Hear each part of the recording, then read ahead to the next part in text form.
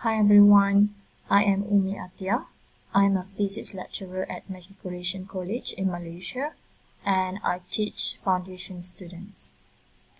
For my assignment, based on this course, I choose to select Screencast OMatic as the communication tool.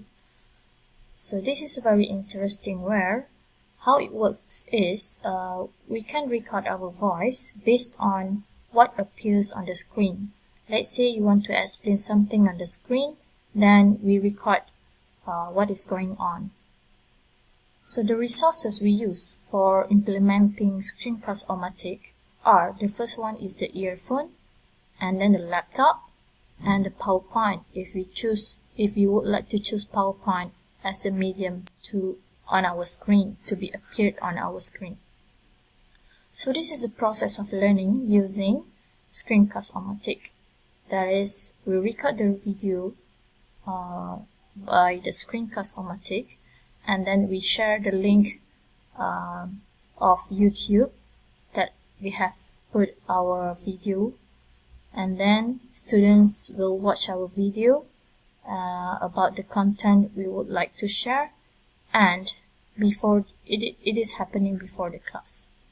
By the time they enter our class, we can expect that they have known at least the basic of the content to be taught on that day.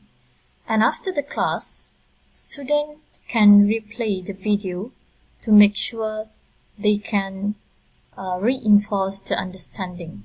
So we can see here, it is a process of learning by repetition.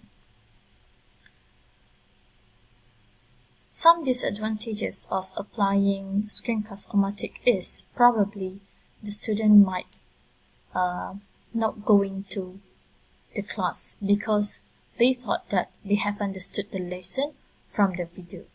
In fact, this is not exactly the same if we learn from the video compared to we learn from the teacher themselves. I hope you enjoy my video. Thank you very much.